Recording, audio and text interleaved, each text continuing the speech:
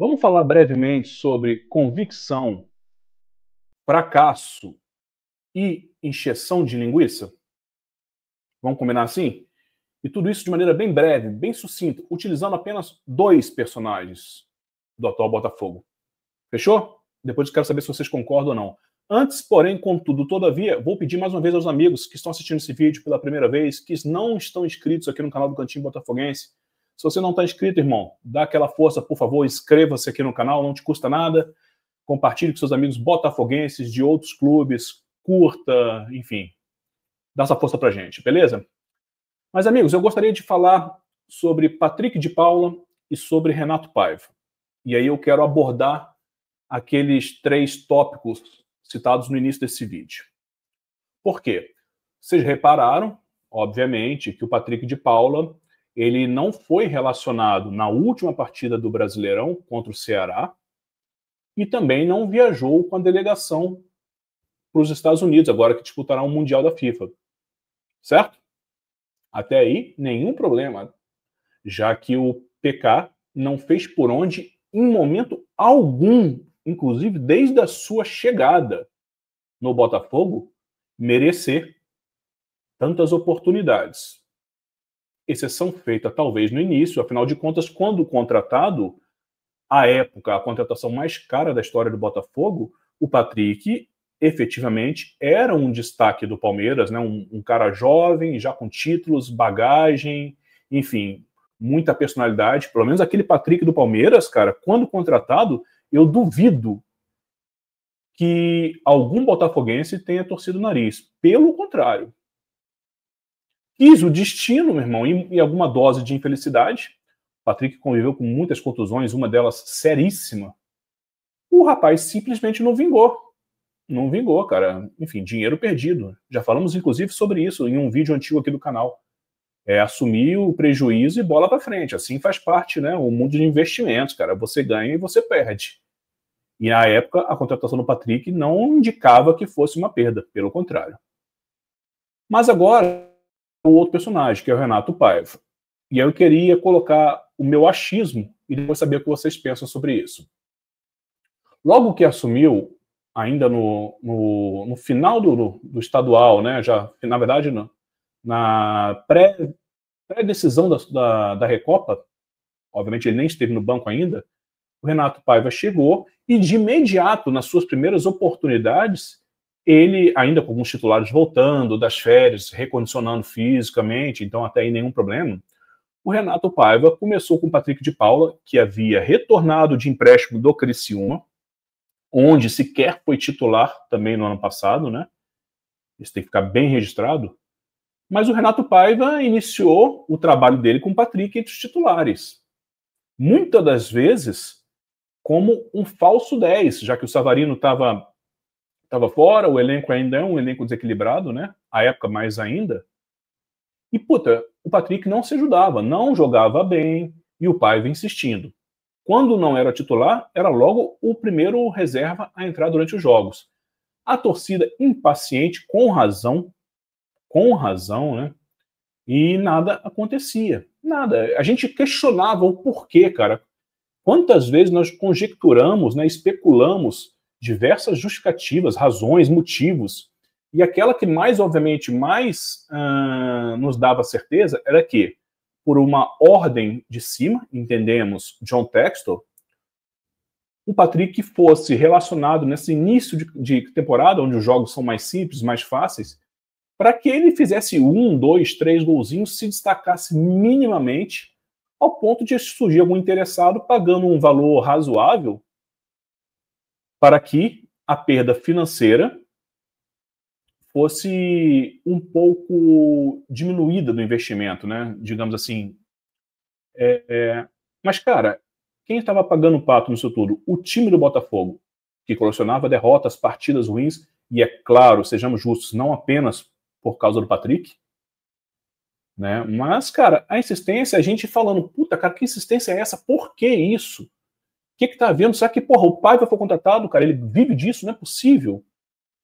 Quis o destino que, neste Brasileirão já, após a nossa vitória sobre o Juventude, em que o Patrick esteve em campo, é claro, contra a vontade de 100% da torcida, o Renato Paiva ainda veio na coletiva e falou o seguinte, ó, vou compartilhar com vocês aqui, ó. Patrick de Paula é um jogador com muita qualidade que passou por uma má fase. Nós temos que recuperá-lo. Temos um plano para ele. Se ele aceita ou não, é um problema só do jogador. Perfeito, cara.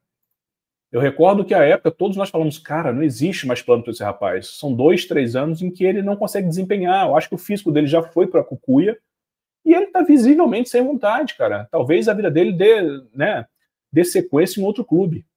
Mas o Paiva não. O Paiva bancou e por essas palavras e pela insistência contra toda a torcida, eu tenho por mim que ele queria, de maneira teimosa, provar por A mais B que ele estava certo. Afinal de contas, cara, poucos são os treinadores que têm humildade suficiente para falar que erraram.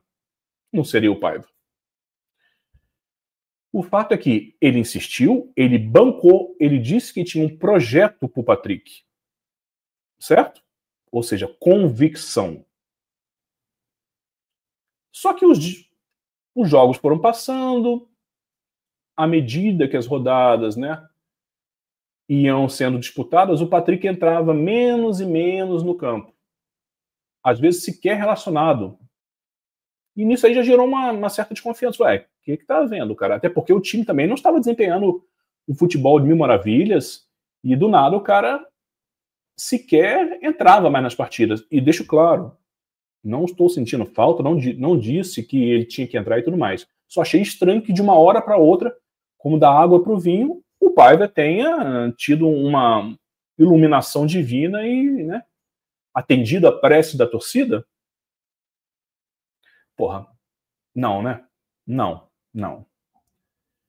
Resumo da ópera, na minha opinião, é o seguinte: o Paiva jamais teve convicção de que faria o Patrick de Paula voltar a jogar bola. Voltar em alto nível, estou falando. O Paiva jamais teve um plano. O Paiva jamais teve convicção de fazer o rapaz render. Até porque se esse fosse o seu objetivo no comando técnico do Botafogo, aí, meu irmão, nós estávamos para rever tudo. A temporada e a sua contratação já foi um completo, enfim, um completo absurdo, né? O cara estava parado desde dezembro e surgiu do nada como treinador. Eu realmente nunca acreditei que ele havia sido contratado, entre outras coisas, para recuperar o Patrick de Paula.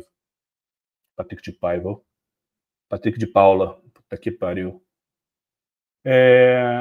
E aí surge essa não viagem, e eu fiquei questionando esses dias, pensando, ué, cadê a convicção? O cara que tira uma puta de uma onda, tem uma empáfia danada, não tinha certeza que ia recuperar o Patrick de Paula? Ou, por aquelas palavras dele, jogou também o seguinte: eu fiz o que eu podia e a culpa, a responsabilidade exclusiva de não estar sendo mais relacionada é do próprio jogador. Fica aí a coisa para eles passar. O fato é que não havia convicção, não havia planejamento, sequer houve verdade do Renato Paiva. E nesse tempo todo que o Patrick foi escalado, improvisado ou não, com a torcida sempre alertando, o prejudicado único foi o Botafogo em campo. Isso não está certo.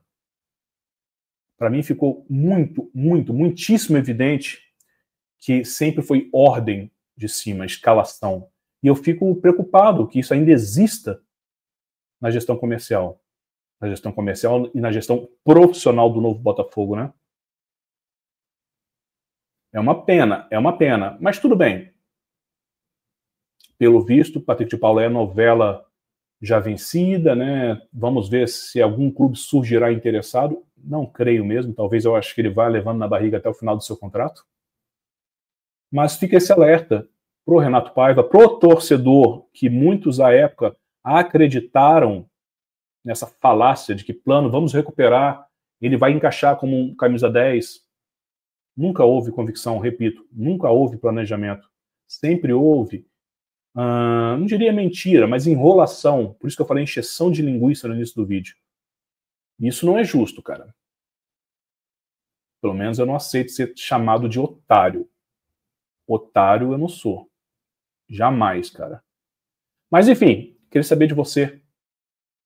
O que você acha dessa novela? Foi certo, foi errado? O Patrick ainda mereceria fazer parte do elenco? O Renato Paiva acertou, errou? Era o que tinha para se fazer à época? Comenta aí para eu dar uma olhadinha, tá bom?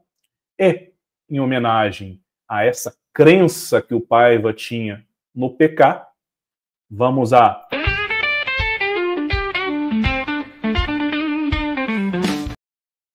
falar em crença, claro, né, cara? Eu vou deixar o link dessa super banda aqui no descritivo do vídeo, uma música do Balls and Souls, porra, uma das maiores bandas dos Estados Unidos, punk rock maravilhoso, e a música eu vou deixar no descritivo desse vídeo, é uma homenagem a essa crença do Paiva no planejamento dele pro Volante Alvinegro, a música chamada True Believers. Fica o recado. Então, ó, dica musical do vídeo, The Balls and Souls. Eu espero que vocês gostem. Quem não conhece ainda vai curtir muito. Esse disco, então, é sensacional. Fica a dica. Valeu, The Balls and Souls. Depois vocês escrevam também nos comentários o que vocês acharam. A gente volta em qualquer momento, cara. Qualquer momento. No mais, é isso, meus queridos. Patrick de Paula. Crença, encheção de linguiça ou enrolação com a torcida desde o início? Nessa aí o Paiva vacilou, meu irmão. Que bom que corrigiu a forceps o que ele tentou embromar no início do trabalho dele. Certo? É isso aí, a gente volta a qualquer vídeo. Não esqueça, inscreva-se no canal. Valeu? Um abraço, saudações sempre, sempre, sempre alvinegras.